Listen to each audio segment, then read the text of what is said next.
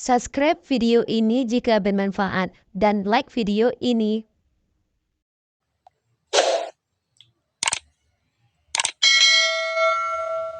Terima kasih, selamat menonton.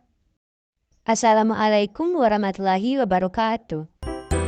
Perkenalkan, nama saya Firdalis Meyanti, NIM 2210206008. Baik, di sini saya akan menjelaskan sistem pelajaran mengenai manajemen. Di sini saya akan menjelaskan apa itu manajemen. Manajemen sering diartikan secara singkat, yaitu manajer. Itulah penjelasan manajemen yang kurang tepat. Ini saya akan menjelaskan secara singkat, padat, dan efisien. Diambil dari berbagai pakar para ahli. Manajemen adalah suatu seni dalam ilmu yang terdiri dari planning, organizing, accounting, dan controlling, dengan tujuan secara efektif dan efisien. Kita cukup memahami 4 hal ini saja, yaitu planning. Planning itu dengan kata lain merencanakan. Yang kedua, organizing. Organizing ini dapat dikatakan sebagai pengorganisasian. Dan selanjutnya yaitu accounting, dengan kata lain yaitu tindakan. Yang keempat, controlling, dengan kata lain kontrol. Dengan adanya 4 hal tersebut di dalam suatu manajemen, agar bertujuan manajemen tersebut secara efektif dan efisien. Umumnya, manajemen itu tidak hanya diaplikasikan di dalam suatu perusahaan. Manajemen juga dapat digunakan untuk kegiatan umum lainnya.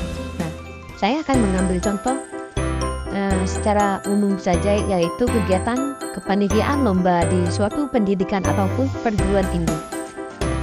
Pastinya kita mesti bertanya-tanya, mengapa manajemen itu bukan hanya ditetapkan di dalam perusahaan? Saya akan sedikit mengulas.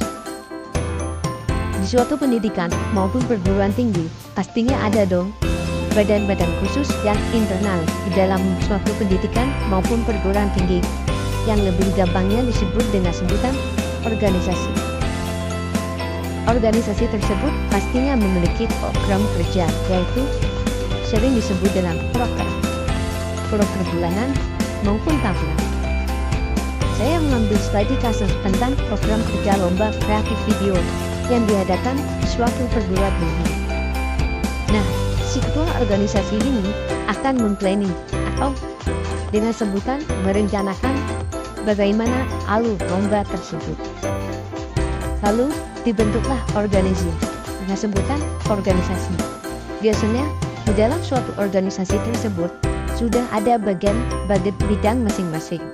Salah satu contohnya ketua, sekretaris, bendahara, perlengkapan, seksi acara, dan lain-lain. Tergantung organisasi tersebut, apakah mau ditambahkan suatu bidang lain ataupun tidak. Tujuan dibentuk organizing tersebut untuk mengetahui tugas di setiap bidang masing-masing. Lebih gampangnya, agar ngerti posisi masing-masing di bagian tugas yang telah ditetapkan oleh sang ketua. Nah, setelah selesainya proses organizing, selanjutnya tindakan accounting dengan sebutan melaksanakan lomba tersebut dengan ketentuan sesuai di tugas masing-masing. Misalnya nih, di bagian perlengkapan, nah tugas di bagian alat. Perlengkapan ini yang dibutuhkan biasanya barang-barang yang dibutuhkan di kegiatan tersebut. Nah, proses selanjutnya yaitu controlling.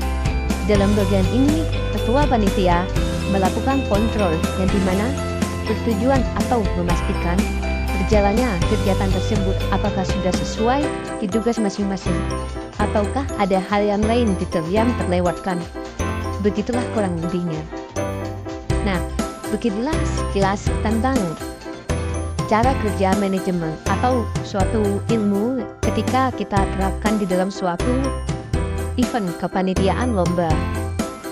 Nah, manajemen bukan hanya dibutuhkan di dalam suatu perusahaan ya, kita dapat mengaplikasikan di suatu bidang kegiatan umum lainnya, yaitu contohnya event, usaha, di dalam keluarga juga dapat melakukan di dalam keluarga ini juga bisa ditanamkan suatu ilmu manajemen.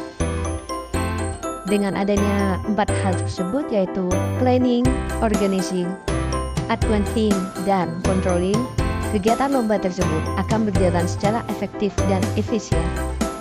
Dan apabila digabungkan menjadi yang namanya suatu ilmu manajemen. Sekian video saya, semoga bermanfaat.